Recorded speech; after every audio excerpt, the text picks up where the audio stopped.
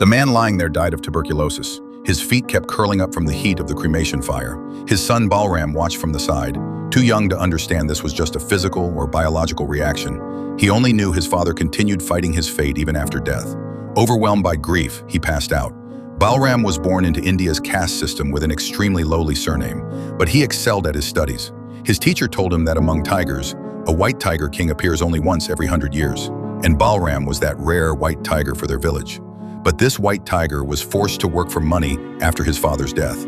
Everyone in the village had to give 1/3 of their income to the high caste landlord. Under this system, the lower castes were like chickens in a coop, waiting to be slaughtered. The other chickens could see their companion's blood and knew they'd be next, yet none resisted. Even though Balram was brilliant, the environment made him believe he was born to be a slave to the upper castes. But he wasn't content to stay in the village forever. He learned the landlord's youngest son had returned from studying in America and needed a driver.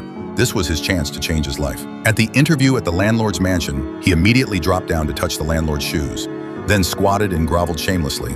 His servile attitude pleased the landlord, and he passed the first interview.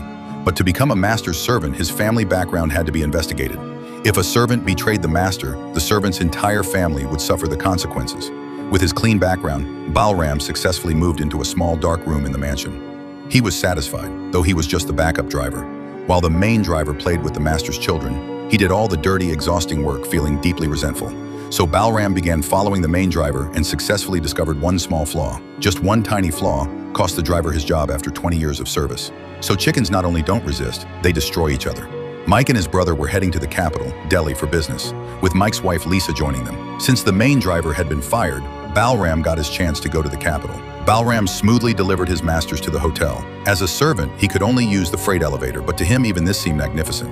He drove the car into the garage, and his resting place was this dark, sunless underground parking lot.